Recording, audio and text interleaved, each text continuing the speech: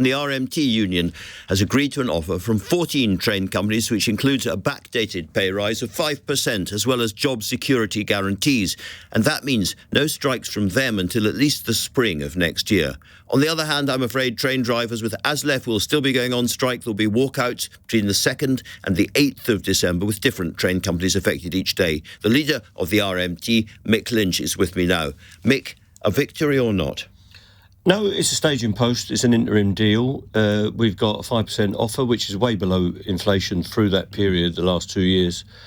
But it is a considerable amount of back pay, 20 months in some cases, so that our members will be looking forward to that, even though they're disappointed about its level. But the important thing is this is an unconditional pay offer. The whole sticking point was we had to accept a raft of changes, driver-only operation, the closure of all the ticket offices, a tax on our pension scheme, a whole 20-odd items.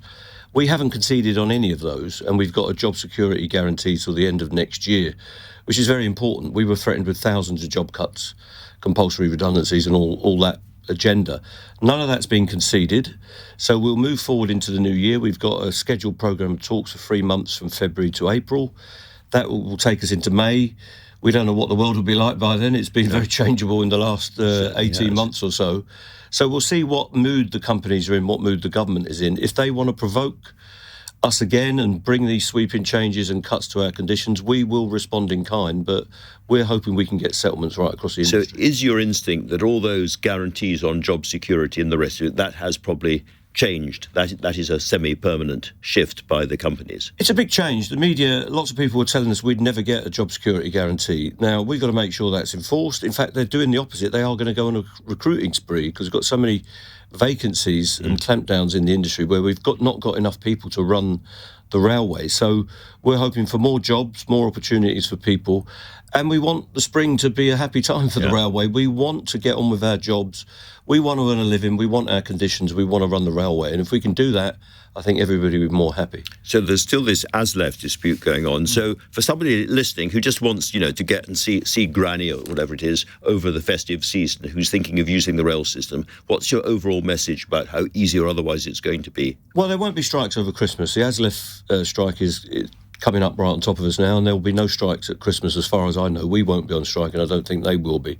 I'm hoping we've got drivers in our union as well. I'm hoping they'll come to us with an offer that's parallel, that gives us a straightforward, unconditional offer, defers their agenda till next year, and then we can get on with running the railway right through the festive period and into the spring and into the summer. If we can get a new government, that'll be the cherry on the top. Well, let's see how that goes. Well, will it be the cherry on the top is, I suppose, part of the question, because after the autumn statement, it's very, very interesting that Labour are not moving at all on any tax rises, and there are some really serious public spending constraints, including in transport, further down the road. Do you have any sense that it's going to be just as difficult as it is now under Labour? It may be that you are back on strike under Labour, mightn't it?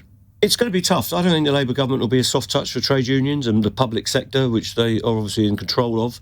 So we've got to be robust. We will treat them as friends when they want to work with us, but we will be robust back. They have got some good stuff on the stocks. They are going to bring the railways back into public ownership. I think many people would welcome that, give more power to the nations and the devolved mayors and authorities. They are going to bring a new deal for workers, which will allow a better negotiation and a more even-handed approach, a wave of insourcing for outsourced workers, which will change the workplace, and more rights, no more P&Os and that kind of stuff that we had last year. So there are some benefits, but we don't think it's going to be all rosy. We think we're going to have to stand up for ourselves under Labour, but it will be mad to vote for a Tory government. I wasn't asking you to do that. I was just asking really whether you were optimistic, cautious optimism, wary optimism, just really what your mood is. Well, I welcome a change. I think this country is desperate for a change of government. We've got an inept, corrupt government, I think, at the moment. They've shown that right from the pandemic, right the way through all the problems we've had with foreign relations, with the wars that are going on. They're not fit to govern.